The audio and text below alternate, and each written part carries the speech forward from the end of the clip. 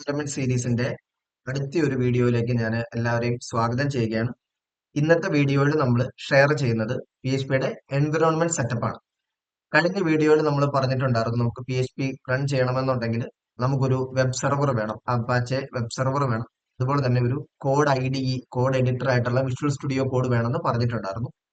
അപ്പോൾ നമ്മൾ ഇന്ന് ആദ്യം ചെയ്യാൻ പോകുന്നത് IDE അല്ലെങ്കിൽ കോഡ് എഡിറ്റർ ഡൗൺലോഡ് ചെയ്യുക എന്നുള്ളതാണ്. നമ്മൾ ഇവിടെ ഉപയോഗിക്കുന്നത് വിഷ്വൽ സ്റ്റുഡിയോ കോഡ് എന്ന് പറയുന്ന കോഡ് എഡിറ്റർ ആണ്. ഇതെങ്ങനെ ഡൗൺലോഡ് ചെയ്യാന്ന് ചോദിച്ചാൽ നമ്മൾ ഗൂഗിളിൽ വന്നിട്ട് ഡൗൺലോഡ് VS കോഡ് എന്നും പറഞ്ഞ് എൻ്റർ ചെയ്യുക. ഡൗൺലോഡ് വിഷ്വൽ സ്റ്റുഡിയോ കോഡ് എന്നും എൻ്റർ ചെയ്യുക. അപ്പം നമുക്ക് സ്ക്രീനിൽ തെളിഞ്ഞു വരുന്നത് വിഷ്വൽ സ്റ്റുഡിയോ കോഡ്.visualstudio.com എന്ന് പറയുന്ന ഒരു വെബ്സൈറ്റ് വരും. ആ ലിങ്കിൽ ക്ലിക്ക് ചെയ്ത് കഴിഞ്ഞാൽ നമുക്കിവിടെ പല വിൻഡോസിനുള്ള അല്ലെങ്കിൽ പല ഓപ്പറേറ്റിംഗ് സിസ്റ്റത്തിന് വേണ്ടിയിട്ടുള്ള വേർഷൻസ് നമുക്കിവിടെ കൊടുത്തിട്ടുണ്ടാവും. വിൻഡോസ് ഉണ്ട്, ലിനക്സ് ഉണ്ട്, മാക് OS ഉണ്ട്. അതായത് ഡിഫറെന്റ് OSന് വേണ്ടിയിട്ടുള്ള വിഷ്വൽ സ്റ്റുഡിയോ കോഡ് ഡൗൺലോഡ് ചെയ്യാനുള്ള ഓപ്ഷൻ വരും. അപ്പൊ അതിനകത്ത് നമ്മൾ ഓരോരുത്തരും നമ്മുടെ സിസ്റ്റത്തിന്റെ OS ഏതാണോ, ഓപ്പറേറ്റിംഗ് സിസ്റ്റം ഏതാണോ അതിനനുസരിച്ച് നമ്മളിത് ഡൗൺലോഡ് ചെയ്യുക. ഞാനിവിടെ വിൻഡോസിനനുസരിച്ചുള്ളതാണ് ഡൗൺലോഡ് ചെയ്യുന്നത്. നമ്മൾ ക്ലിക്ക് ചെയ്ത് കഴിയുമ്പോഴത്തേക്കും നമുക്കൊരു സെറ്റപ്പ് ഫയൽ നമുക്ക് ഡൗൺലോഡ് ചെയ്ത് വരും. ഇവിടെ ഞാൻ ഓൾറെഡി ഡൗൺലോഡ് ചെയ്യാനായിട്ട് കൊടുത്തിട്ടുണ്ട്. നമുക്ക് ഓൾറെഡി ഡൗൺലോഡ് ചെയ്ത് വെച്ച ഒരു ഫയൽ ഉണ്ട്. സോ നമ്മൾ VS കോഡ് ഡൗൺലോഡ് ചെയ്ത് കഴിയുമ്പോൾ നമുക്ക് ഇങ്ങനെ ഒരു സെറ്റപ്പ് ഫയൽ ആയിരിക്കും കിട്ടുന്നുണ്ടാവുക. അതിനകത്ത് ഡബിൾ ക്ലിക്ക് ചെയ്യുക. ഡബിൾ ക്ലിക്ക് ചെയ്ത് കഴിയുമ്പോഴത്തേക്കും ലൈസൻസ് എഗ്രിമെന്റ് അക്സെപ്റ്റ് ചെയ്യാനുള്ള ഒരു ഓപ്ഷൻ വരും. നമ്മളത് അക്സെപ്റ്റ് ചെയ്ത് വിടുക. നെക്സ്റ്റ് ബട്ടൺ ക്ലിക്ക് ചെയ്യുക. ഡെസ്ക്ടോപ്പ് ഐക്കൺ വേണമെന്നുണ്ടെങ്കിൽ അത് ക്രിയേറ്റ് ചെയ്യാം, ഇല്ലെന്നുണ്ടെങ്കിൽ വേണ്ട. വേണമെങ്കിൽ ഇവിടെ ചെക്ക് ബോക്സ് കൊടുക്കുക. ഞാനിവിടെ ജസ്റ്റ് ഒരു ചെക്ക് ബോക്സ് കൊടുക്കുന്നുണ്ട്. നെക്സ്റ്റ് അടിക്കുക, ഇൻസ്റ്റാൾ കൊടുക്കുക. ഇപ്പം വിഷ്വൽ സ്റ്റുഡിയോ കോഡ് നമ്മൾ ഇൻസ്റ്റാൾ ചെയ്തുകൊണ്ടിരിക്കുകയാണ്.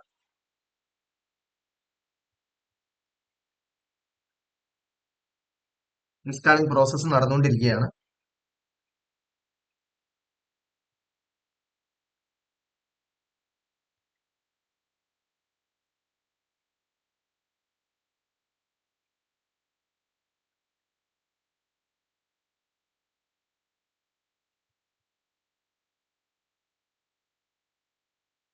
ഓക്കെ, ഇപ്പോൾ നമ്മുടെ VS കോഡ് ഇൻസ്റ്റാൾ ചെയ്ത് കംപ്ലീറ്റ് ആയിരിക്കുകയാണ്. ദെൻ ഫിനിഷ് എന്നുള്ള ഒരു ബട്ടൺ ക്ലിക്ക് ചെയ്യുക. ഫിനിഷ് എന്നുള്ള ബട്ടൺ ക്ലിക്ക് ചെയ്ത് കഴിയുമ്പോഴത്തേക്കും നമ്മൾ VS കോഡ് ഓപ്പൺ ചെയ്ത് വരുന്നതായിരിക്കും. ഈ ഓപ്പൺ ചെയ്ത് വന്നിരിക്കുന്നതാണ് നമ്മുടെ VS കോഡിന്റെ പ്ലാറ്റ്ഫോം. ഇവിടെയാണ് നമ്മൾ ഇനി പ്രോഗ്രാം കാര്യങ്ങളൊക്കെ ചെയ്യുന്നുണ്ടാവുക. അപ്പൊ നമുക്ക് ഇനി അടുത്തതായിട്ട് നമുക്ക് എങ്ങനെയാണ് സാമ്പ് ഡൗൺലോഡ് ചെയ്യുന്നത് എന്നുള്ളത് നോക്കാം. സാമ്പ് ഡൗൺലോഡ് ചെയ്യാനായിട്ടും അതുപോലെ തന്നെ നമ്മൾ നേരെ ഗൂഗിൾ ക്രോം ഓപ്പൺ ചെയ്യുക.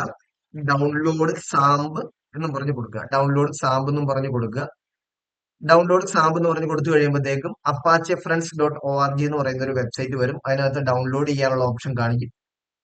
ഈ വിൻഡോയിൽ വന്നു കഴിയുമ്പോൾ നമുക്ക് ഇവിടെ കാണാൻ പറ്റും വിൻഡോസിനും അതുപോലെ തന്നെ ലിനക്സിനും മാക്കിനും വേണ്ടിയിട്ടുള്ള ഓരോ സെപ്പറേറ്റ് സെക്ഷൻ കൊടുത്തിട്ടുണ്ട്. ഇതിനകത്ത് ഓരോന്നിനും നമ്മൾ നമ്മുടെ ഓപ്പറേറ്റിംഗ് സിസ്റ്റം ഏതാണോ അതിന് അനുസൃതമായിട്ടുള്ള വേർഷൻ നമ്മൾ ഡൗൺലോഡ് ചെയ്യുക.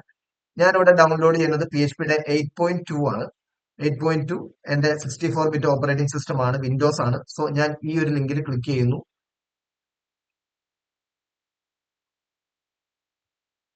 നമ്മുടെ സാമ്പ് ഓട്ടോമാറ്റിക് ആയിട്ട് നമുക്ക് ഡൗൺലോഡ് ചെയ്ത് തരുന്നതായിരിക്കും അന്നേരം. അതുപോലെ തന്നെ നമുക്ക് വേറൊരു സെറ്റപ്പ് ഫയൽ നമുക്ക് കിട്ടിയിട്ടുണ്ട്. അപ്പോൾ ഇത് നമ്മൾ സേവ് ചെയ്തതിന് ശേഷം നമ്മളിത് ഫുള്ളായിട്ട് ഡൗൺലോഡ് ചെയ്തെടുക്കുക. ഡൗൺലോഡ് ചെയ്തതിന് ശേഷം നമുക്ക് ഇങ്ങനെ ഒരു ഫയലായിട്ടായിരിക്കും നമുക്ക് കിട്ടുന്നത്. ഇങ്ങനെ ഒരു സെറ്റപ്പ് ഫയലായിട്ടായിരിക്കും കിട്ടുന്നത്. നേരെ അതിനകത്ത് ഡബിൾ ക്ലിക്ക് ചെയ്യുക. ഡബിൾ ക്ലിക്ക് ചെയ്ത് കഴിയുമ്പോഴത്തേക്കും നമുക്ക് സാമ്പ് ഇൻസ്റ്റാൾ ചെയ്യാനുള്ള പാനൽ നമുക്ക് വരും. First window welcome to XAMPP setup wizard എന്നും പറഞ്ഞു വരും. നെക്സ്റ്റ് ബട്ടൺ ക്ലിക്ക് ചെയ്യുക. ഇവിടെ നമുക്ക് വേണ്ടുന്ന ഓപ്ഷൻസ് ഏതൊക്കെയാന്നുള്ളത് കൊടുക്കുക. MySQL അതുപോലെ തന്നെ PHP MyAdmin, ഇത് രണ്ടുമാണ് നമുക്ക് മെയിൻ ആയിട്ട് വേണ്ടത്. ഇത് രണ്ടും എന്തായാലും ചെക്ക് ചെയ്ത് കൊടുത്തിട്ടുണ്ടാവണം. സോ നെക്സ്റ്റ് ബട്ടണിൽ ക്ലിക്ക് ചെയ്യുന്നു. സിക്കകത്ത് നമ്മുടെ സാമ്പ് എന്ന് പറയുന്ന ഒരു ഫോൾഡറിനകത്തായിട്ടായിരിക്കും നമ്മുടെ ഈ ഒരു ആപ്ലിക്കേഷൻ ഇൻസ്റ്റാൾ ആവുന്നുണ്ടാവുക. നെക്സ്റ്റ് കൊടുക്കുക. ലാംഗ്വേജ് ഇംഗ്ലീഷ് സെലക്ട് ചെയ്യുക. നെക്സ്റ്റ് കൊടുക്കുക. നെക്സ്റ്റ് കൊടുക്കുക. നമ്മുടെ സാമ്പ് ഇൻസ്റ്റാൾ ആയിക്കൊണ്ടിരിക്കുകയാണ്.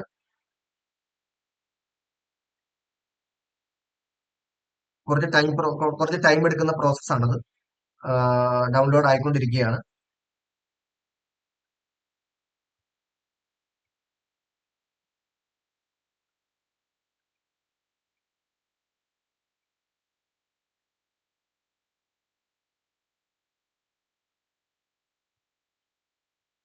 ഈ സാമ്പ് നമ്മൾ ഇൻസ്റ്റാൾ ചെയ്ത് കഴിയുമ്പോൾ തന്നെ ഞാൻ കഴിഞ്ഞ വീഡിയോയിൽ പറയുന്നുണ്ടായിരുന്നു, ഈ സാമ്പിനകത്ത് നമുക്ക് ഒരു അപ്പാച്ചെ വെബ് സെർവർ കിട്ടും, അതുപോലെ തന്നെ PHP കിട്ടും, പിന്നെ നമുക്ക് ഡാറ്റ മാനേജ് ചെയ്യാനായിട്ടുള്ള PHP മൈ അഡ്മിൻ എന്ന് പറയുന്ന ഒരു MySQL ഡാറ്റാബേസും ഇതെല്ലാം കൂടെ കൂടി ഒരു പാക്കേജ് ആയിട്ടാണ് നമുക്ക് സാമ്പ് വരുന്നത്. ഇത് ഇൻസ്റ്റാൾ ചെയ്ത് കംപ്ലീറ്റ് ആയി കഴിയുമ്പോൾ ഞാൻ അതിന്റെ ബാക്കി കാര്യങ്ങൾ കാണിച്ചു തരാം. ഇപ്പൊ നമ്മുടെ ഇൻസ്റ്റാളേഷൻ ഏകദേശം കംപ്ലീറ്റ് ആയിട്ടുണ്ട്. ഇൻസ്റ്റാളേഷൻ കംപ്ലീറ്റ് ആയി കഴിയുമ്പോഴത്തേക്ക് നമുക്ക് അതിന്റെ ഒരു കൺട്രോൾ പാനൽ ഓപ്പൺ ആയിട്ട് വരും.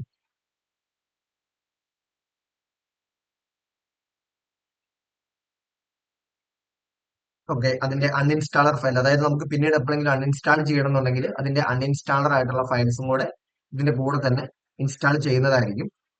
ഓക്കെ, ഇപ്പൊ നമ്മുടെ സാമ്പിന്റെ ഇൻസ്റ്റാളേഷൻ ഏകദേശം കംപ്ലീറ്റ് ആയിട്ടുണ്ട്. ഈ ഫിനിഷ് എന്നുള്ള ബട്ടണിൽ ക്ലിക്ക് ചെയ്ത് കഴിയുമ്പോഴത്തേക്ക് നമുക്ക് സാമ്പിന്റെ ഇൻസ്റ്റാളേഷൻ കംപ്ലീറ്റ് ആയിട്ടുണ്ട്. സാമ്പ് ഇൻസ്റ്റാൾ ചെയ്ത് കംപ്ലീറ്റ് ആയി കഴിയുമ്പോഴത്തേക്ക് നമുക്ക് ഇങ്ങനെ ഒരു കൺട്രോൾ പാനൽ ഓപ്പൺ ആയിട്ട് വരും. സാമ്പ് കൺട്രോൾ പാനൽ ഓപ്പൺ ആയിട്ട് വരും.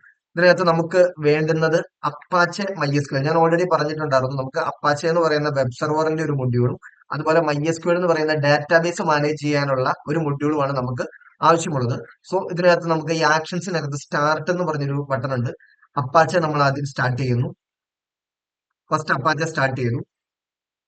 ഇത് പച്ച കളറിലായി കഴിഞ്ഞു കഴിഞ്ഞാൽ അത് സ്റ്റാർട്ട് ആയി എന്നാണ് അർത്ഥം. അതിന്റെ പോർട്ട് ആണ് ഇവിടെ കാണിക്കുന്നത് 80,443 എന്ന് പറയുന്നത്. ഓക്കെ, ദെൻ നമ്മൾ MySQL സ്റ്റാർട്ട് ചെയ്യാൻ പോവാണ്. MySQL സ്റ്റാർട്ട് ആയിട്ടുണ്ട്. ഇപ്പം നോർമലി നമുക്ക് PHP എക്സിക്യൂട്ട് ചെയ്യാൻ വേണ്ടിയിട്ടുള്ള വെബ് സെർവറും MySQL സ്റ്റാർട്ട് ആയിട്ടുണ്ട്. നോർമൽ രീതിയിൽ എറർ ഒന്നും ഇല്ല എന്നുണ്ടെങ്കിൽ ഈ ഒരു പച്ച കളറിലായിട്ടായിരിക്കും ഇത് സ്റ്റാർട്ട് ചെയ്തതായിട്ട് കാണിക്കുന്നുണ്ടാവുക. നമുക്ക് ഇവിടെ താഴെ നോക്കിയാലും കാണാൻ പറ്റും, റണ്ണിങ് എന്നുള്ള ഒരു സ്റ്റാറ്റസിലൂടെ കാണിക്കുന്നുണ്ട്. MySQL അപ്പാച്ചയും റണ്ണിങ് എന്ന് പറയുന്ന സ്റ്റാറ്റസിൽ കാണിക്കുന്നുണ്ട്. സോ ഇപ്പം നമ്മുടെ കോൺഫിഗറേഷൻ ഫയൽസ് കാര്യങ്ങളെല്ലാം കറക്റ്റ് ആയിട്ടുണ്ട്. ഇനി നമുക്കിത് ആയിട്ടുണ്ടോ എന്ന് അറിയാനായിട്ട് നമ്മൾ നേരെ നമ്മുടെ ഗൂഗിൾ ക്രോമിൽ വന്നിട്ട് ലോക്കൽ ഹോസ്റ്റ് എന്നും പറഞ്ഞ് അടിച്ചു കഴിഞ്ഞാൽ ഇങ്ങനെ ഒരു ഡാഷ്ബോർഡ് വരും. സാമ്പ്, അപ്പാച്ചെ, MariaDB, PHP, പേൾ, ഈ ഒരു വിൻഡോ വന്നിട്ടുണ്ടെങ്കിൽ നമ്മുടെ ഇൻസ്റ്റാളേഷൻ പ്രോസസ്സ് കംപ്ലീറ്റ് ആയി എന്നാണ് നമുക്ക് അതിൽ നിന്ന് മനസ്സിലാക്കാൻ പറ്റുന്നത്. അതുപോലെ തന്നെ നമ്മൾ PHP മൈ അഡ്മിൻ എന്ന് പറഞ്ഞൊരു ഓപ്ഷൻ കാണിക്കുന്നുണ്ട്. ഇതാണ് നമ്മുടെ MySQL database. PHP my admin എന്ന് പറയുന്നത് MySQL ഡാറ്റാബേസ് ആണ്. ഇത് ഈ ഡാറ്റാബേസിനകത്താണ് നമ്മൾ പിന്നീട് ഡാറ്റാബേസ് ക്രിയേറ്റ് ചെയ്യുന്നതും നമ്മൾ സേവ് ചെയ്യുന്ന ഡാറ്റ എല്ലാം നമുക്ക് സ്റ്റോർ ചെയ്ത് വെക്കാനായിട്ടൊക്കെ നമ്മൾ ഈ ഒരു മൈ അഡ്മിൻ എന്നുള്ള അല്ലെങ്കിൽ ഈ PHP മൈ അഡ്മിൻ എന്ന് പറയുന്ന ഈ ഒരു MySQL ഡാറ്റാബേസ് ആയിട്ട് ആയിരിക്കും നമ്മൾ പിന്നീട് യൂസ് ചെയ്യുന്നുണ്ടാവുക. നെക്സ്റ്റ് വീഡിയോയിൽ അത് കൂടുതലായിട്ട് നമ്മൾ ഷെയർ ചെയ്യുന്നുണ്ടാവും. ഇപ്പൊ നിങ്ങൾക്ക് ഏകദേശം PHPയുടെ ഒരു എൻവിറോൺമെന്റ് സെറ്റപ്പ് എന്താണെന്നുള്ളത് ഐഡിയ പിടികിട്ടിയിട്ടുണ്ടെന്ന് വിചാരിക്കുന്നു. അപ്പം ഇനി അടുത്ത വീഡിയോയിൽ നമുക്കൊരു ബേസിക് ആയിട്ട് ഇപ്പൊ നമുക്ക് വേണ്ടുന്ന കാര്യങ്ങളെല്ലാം ആയിട്ടുണ്ട്. ഇനി ഇപ്പൊ നമ്മൾ നെക്സ്റ്റ് വീഡിയോയിൽ നമുക്ക് ബേസിക് ആയിട്ട് എങ്ങനെ ഒരു വെബ് പേജ് ക്രിയേറ്റ് ചെയ്യാം, ചെയ്ത് തുടങ്ങാമെന്നുള്ളതിനെ കുറിച്ച് ഡിസ്കസ് ചെയ്യുന്നതായിരിക്കും നെക്സ്റ്റ് വീഡിയോയിൽ കാണുന്നത് വരെ. Thank you.